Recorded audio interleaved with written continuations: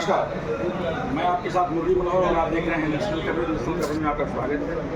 आज उत्तर प्रदेश के मऊ जनपद के नगर पालिका परिषद के वजीर आलम जनाब अरशद जमाल साहब 64 साल 65 साल में प्रवेश कर चुके हैं। आपका जो है आज जन्मदिन है। सबसे पहले नेशनल कवरेज की तरफ से पूरे नगर वासियों की तरफ से माननीय चेयरमैन साहब को जन्मदिन की ढेर सारी बधाइयाँ, बहुत बहुत शुभकामनाएं। साथ ही में मैं आज माननीय चेयरमैन साहब से बात करेंगे और ये जानेंगे कि 64 साल के अवस्था में कोई ऐसा भी समय आया जो आपके लिए यादगार रहा हो।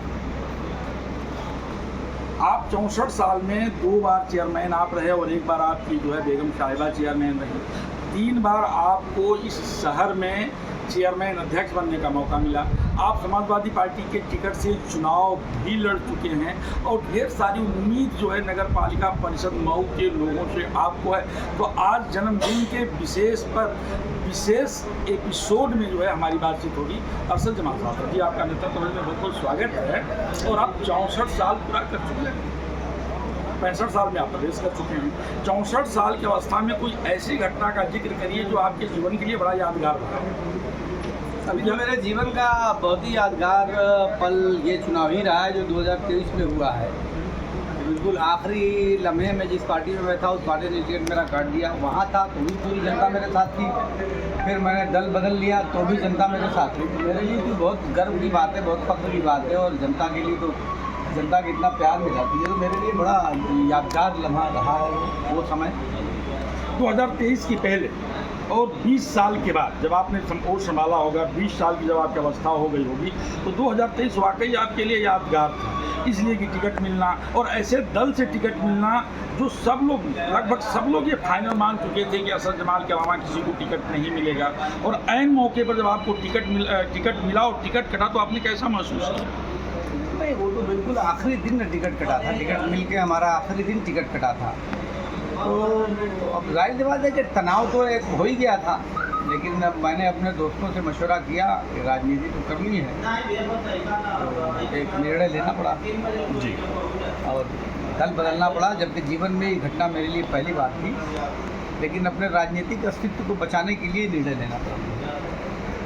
फीलिंग तो किसी की भी टिकट न मिलने पे तो कष्ट होता ही है। 2027 भी आपके लिए यादगार होगा क्या?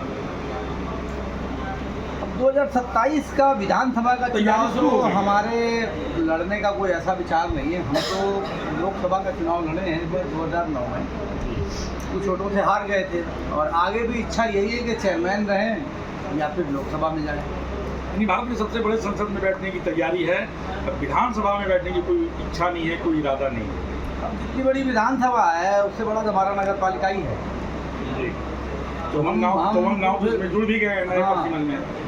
नहीं, इसमें तो 2-3 विधानसभा है ना। मऊ विधानसभा का तो बेशतर हिस्सा रतनपुरा को छोड़ दे दो।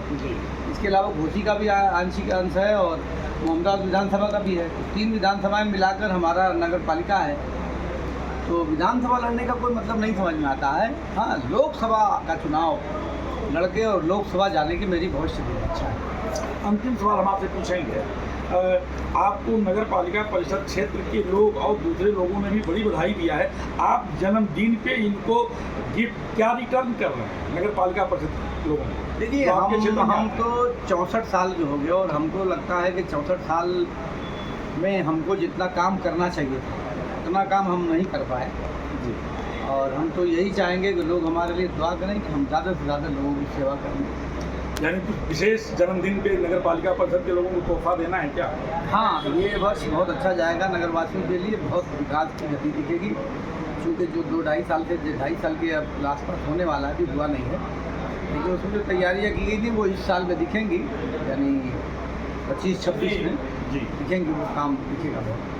तो आप सुन रहे थे उत्तर प्रदेश के मऊ जनपद के नगर पालिका परिषद के लोकप्रिय चेयरमैन अरशद जमाल साहब को। अरशद जमाल साहब ने कहा कि हम अपने जन्मदिन पर लोगों को विश्वास दिलाता हूं कि जो मेरा 2.5 साल का शेष कार्यकाल बचा हुआ है, जितना भी विकास हो सकता है और जितना भी लोगों के लिए मैं सुविधा मुहैया करा सकता हूं वो सब कुछ कराने का पूरा प्रयास करूँगा। मुझे मदद के साथ एक बार पुनः चेयरमैन साहब को जन्मदिन की ढेर सारी शुभकामनाएं। बहुत बहुत धन्यवाद।